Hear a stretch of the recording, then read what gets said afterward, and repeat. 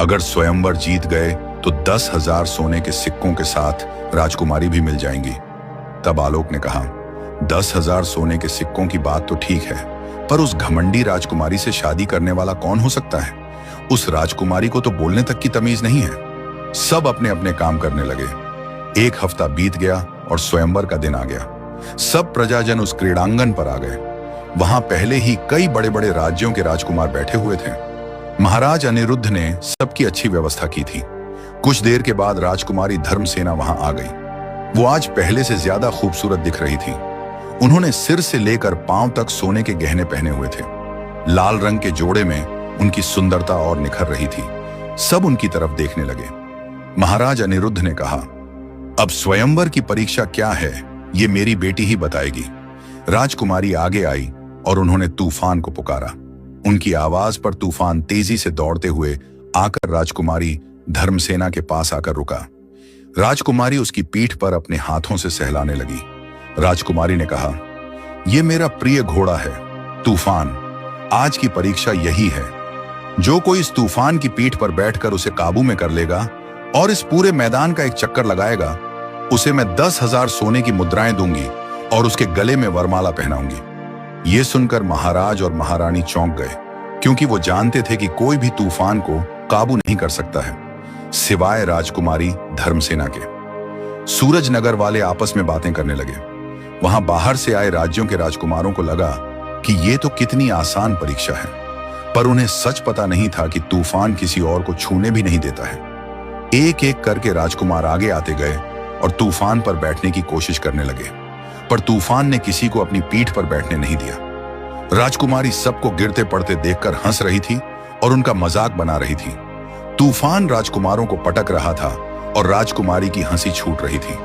बड़े बड़े राजकुमारों की ऐसी जगहंसाई हो रही है, ये देखकर सब राजकुमार गुस्सा हो गए। उन्होंने महाराज से कहा, आपकी बेटी हमारा मजाक बनाना चाहती है। जब उसे पता है कि यह घोड़ा किसी और को अपनी पीठ पर बैठने ही नहीं देता है, तो उन्होंने ऐसी शर्त क्यों रखी? महाराज को भी क्या उत्तर दें, कुछ समझ नहीं आ रहा था। स्वयंवर में आए हुए लगभग सभी राजकुमार तूफान को काबू करने की नाकाम कोशिश कर चुके थे और बाकी बचे डर के मारे आगे नहीं आ रहे थे। घमंडी राजकुमारी सबका मजाक बना रही थी। राजकुमार गुस्सा होकर चले गए। महाराज ने राजकुमारी से कहा, तुम ये सही नहीं कर रही हो बेटी। शायद तुम्हें पता नहीं कि अगर किसी राजकुमारी का विवाह स्वयंवर में नहीं हुआ तो फिर उसका विवाह कभी नहीं होता है। तुम्हारी इस परीक्षा में तो कोई भी सफल नहीं हुआ है। अब तुमसे कौन विवाह करेगा? राजकुमारी ने कहा, पिताजी, अब मेरा स्वयंवर है, परीक्षा भी मैं ही तय करूंगी ना। मैं भी तो देखूं कि इस राज्य में कौन है जो मेरे तूफान को काबू कर सकता है। राजकुमारी बेफिक्री से कहकर अपनी जगह पर बैठ गई। महाराज ने राज्य के युवकों से कहा कि अगर कोई शक्तिमान है जो इस तूफान को काबू कर सकता है तो आगे आए। सभी ने देखा था कि तूफान कैसे सबको धूल चटा रहा है। राजकुमारी से शादी करके महाराज का जमाई बनना और साथ ही 10,000 सोने के सिक्के, इसके लालच में कुछ युवक हिम्मत करके आगे आए, पर तूफान ने किसी को अपने आप को हाथ तक नहीं लगाने दिया। राजकुमारी का घमंड और बढ़ रहा था कि उसके सिवा इस दुनिया में कोई भी तूफान को काबू में नहीं कर सकता है। महाराज और महारानी सब देखकर चिंता कर रहे थे कि अब आगे क्या होगा। सब शांति से खड़े थे। तब किसी ने आलोक से कहा, आलोक, तुम क्यों नहीं जाते? तुम्हें तो पैसों की भी जरूरत है। आलोक ने कहा, हाँ, पैसों की तो जरूरत है मुझे। यही समय है अपना नसीब आजमाने का। अगर मैं उस तूफान को काबू कर पाया तो 10,000 सोने के सिक्कों के साथ साथ इस घमंडी राजकुमारी का घमंड तोड़ने का सुख भी मुझे मिलेगा। कुछ सोचकर आलोक आगे आया। उसने कहा, महाराज, मैं तूफान को काबू करूंगा। उसकी बात सुनकर राजकुमारी ने कहा, मैं तुम जैसे भिखारी से विवाह नहीं करूंगी, और वैसे भी मेरा तूफान तुम्हें हाथ लगाने तो क्या, तुम्हें कुचल कर मार डालेगा। आलोक ने शांति से राजकुमारी की बात सुनी और कहा, राजकुमारी, आप गलत समझ रही हैं। मुझे आपसे विवाह करने में कोई रुचि नहीं है। मैं तो एक गरीब हूं। मुझे तो बस वो 10,000 सोने के सिक्के चाहिए जिसकी मुझे सबसे ज्यादा जरूरत है। घर में मेरी बीमार माँ है जिसका मुझे इलाज करना है और उसके लिए मुझे पैसों की जरूरत है। राजकुमारी ने कहा, तुम जैसा गरीब और मांग भी क्या सकता है? राजकुमारी से विवाह करने का अवसर होने के बाद भी तुम सिर्फ पैसों के बारे में सोच रहे हो। उसी से तुम्हारी छोटी सोच का पता चलता है। आलोक ने कहा, राजकुमारी, अगर मैं आपके घोड़े पर बैठने में सफल हो गया तो आपका ये घमंड टूटेगा, जिसकी मुझे सबसे ज्यादा खुशी होगी। राजकुमारी ने कहा, देखते हैं, अगर तुम सफल हो पाए तो, जो कि लगता नहीं है कि होगा। जाओ, प्रयास करके देख लो। आलोक धीरे धीरे तूफान के पास आने लगा।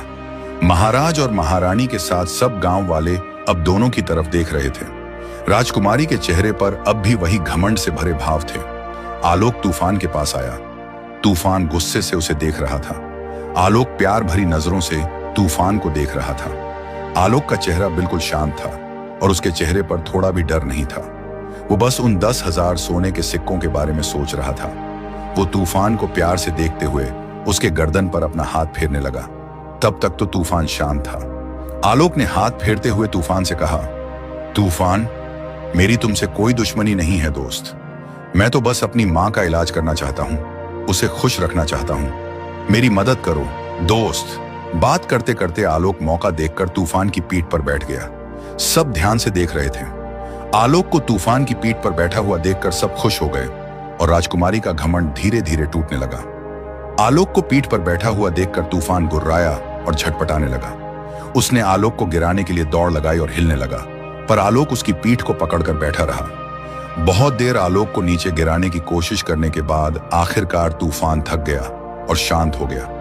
ये देखकर सबने तालियां बजाईं। आलोक ने पूरे क्रीड़ांगन का एक चक्कर लगाया। तूफान की पीठ पर बैठकर आलोक राजकुमारी के पास गया। महाराज और महारानी ने आलोक की सराहना की। राजकुमारी ने देखा कि उसके तूफान पर आलोक शान से बैठा हुआ है। ये देखकर उसका घमंड टूट गया। उसने महाराज से कहा, पिताजी, मैं आज तक समझती थी कि मेरा घोड़ा बस मेरी ही बात सुनता है, पर ऐसा नहीं है। वो वरमाला लेकर आलोक के पास आई। तब आलोक ने कहा, नहीं राजकुमारी, मैं आपसे शादी नहीं कर सकता। आपने सही कहा था कि मैं गरीब हूं। मैं सच में एक गरीब हूं और मेरी आपसे बराबरी नहीं हो सकती। मैं सच में ये सब अपनी माँ के इलाज और उसे अच्छा जीवन देने के लिए कर रहा हूं। आपको आपकी गलती समझ आई, वही बहुत है। हम चाहे कितने भी अमीर क्यों ना हों, पर उसका घमंड कभी नहीं करना चाहिए। राजकुमारी ने कहा, हाँ, तुम सही कह रहे हो। महाराज ने कहा, तुम्हें यह विवाह करना ही होगा। तुम ये स्वयंवर जीत गए हो। अगर तुमने विवाह नहीं किया तो मेरी बेटी से कोई विवाह नहीं करेगा। तुम एक योद्धा हो, भले ही तुमने कभी युद्ध नहीं किया हो, लेकिन तुम्हारे मन में लालच का जो युद्ध था वो तुमने जीत लिया है। राजकुमारी से विवाह करने का लालच तुम्हारे मन में नहीं आया। तुम बस अपनी माँ के बारे में सोच रहे थे और यही दिखाता है कि तुम कितने दयालु हो। मेरी बेटी बहुत भाग्यशाली होगी अगर तुम्हारा विवाह उसके साथ हो गया। महाराज और महारानी ने आलोक को समझाया। राजकुमारी भी पूरी प्रजा से अपने बर्ताव के लिए माफी मांगी। दोनों का विवाह हो गया। राजकुमारी ने आलोक की मां का इलाज राजवैद्य से करवाया। वो भी जल्दी ही ठीक हो गई। अब आलोक अपनी पत्नी और मां के साथ सुख से रहने लगा।